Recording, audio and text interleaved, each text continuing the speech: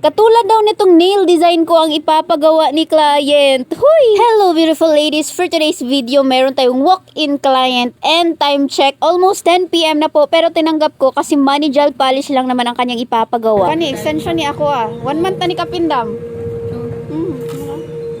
Tubo na. Pero wala ni magibasag tubig. Wala, di noon ko malaba. Magbasa, uy ka nang maligo pero wala ko malaba. Di po ko gahugas plato. 1 month na? Nagpasa na 1 month. Nagpaligo si Bang. Bisa naligo lang, pumatangtang man siya. Unsa man tayo may extension dito? Oo, inana.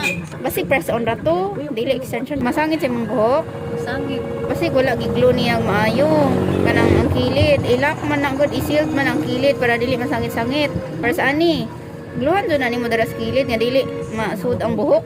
So, ayun na nga, nagtanong si client sa nails ko and akala niya natural nails ko lang daw. And na-shock siya nung sinabi ko sa kanya na mahigit 1 month na itong nails ko. Huy! Nagpapa-extension daw kasi siya dati pero natanggal agad nung naligo lang siya. And mukhang hindi naman extension yung ginawa sa kanya, mukhang press-on lang. Kasi hindi naman daw binilend yung side walls and sa may cuticle area. Kaya pag naliligo siya, sumasabit sa buhok niya. And ayan, hindi ko kinat yung nails niya kasi money gel polish lang naman yung gagawin namin. Pero be, wag ka. Dahil nagbago yung isip ni client, magpapa-extensions na lang daw po siya. Diyos ko, Marimar. And take note, lagpas na 10 PM, kaya magpupuyat ang mga person. Ganun. And eto pa, inspired by my nail design ang ipapagawa niya. Huy! Kaya Diyos ko, Marimar ulit. At ayan, after ko siyang makabitan ng soft gel tips, kinat ko na nang naaayon sa desired length ni client. So, after kong mablend at mabuff ng maayos, ganito na yung itsura ng nails niya. And tingnan nyo naman, walang bakas yan mga be. So, sasabihin ko lang to ulit kasi merong mga nagtataka or nagtatanong kung bakit hindi ko ididikit yung soft gel tips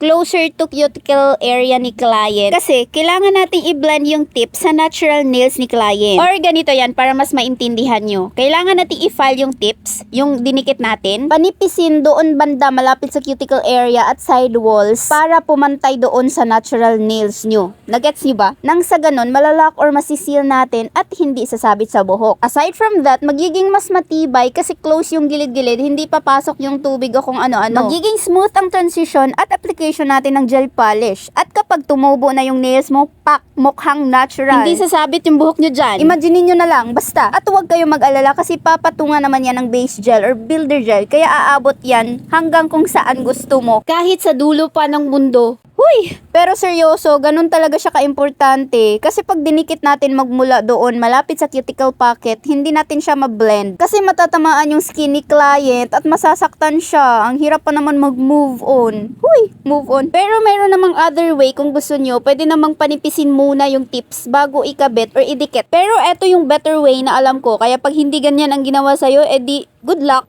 Charis! So, balik tayo dito sa kuko ni client. Ayan, binrush ko lang upward itong French tip na nilagay ko kanina para magkaroon ng ombre effect. Pero hindi naman kailangan na perfect kasi lalagyan ko pa yan ng glitter mamaya. And then, ayan, naglagay lang din ako ng blush pink na pa-ombre dyan sa gitna. Tapos, ayan na ang ating pa-gold glitter. Kasi nga, diba, same design ng nails ko yung ipapagawa ni client. Huy! Pero itong nasa gitna, hindi na ipapagaya ni client kasi ribbon na lang daw instead. So, ayan yung ginamit kong pang-gold lines dyan. So, tawag dyan is spider gel. Ayan. Hindi ko kasi na-record yung akin dati. Kaya eto na, pinapakita ko na siya. Ganyan ko lang siya ginawa. Ay, tutorial ba to?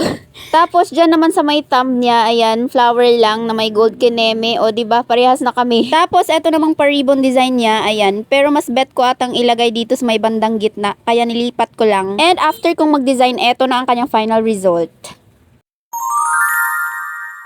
At kahit 12 AM na kami natapos ay talaga namang worth it lang yung pagod. Yes, game na game talaga ako kahit buong magdamag pa. Charot. Wala eh. Love ko kasi itong pag-nails. At ang singil ko dito kay client ay 599 pesos lang. And that's all for today. Thank you for watching.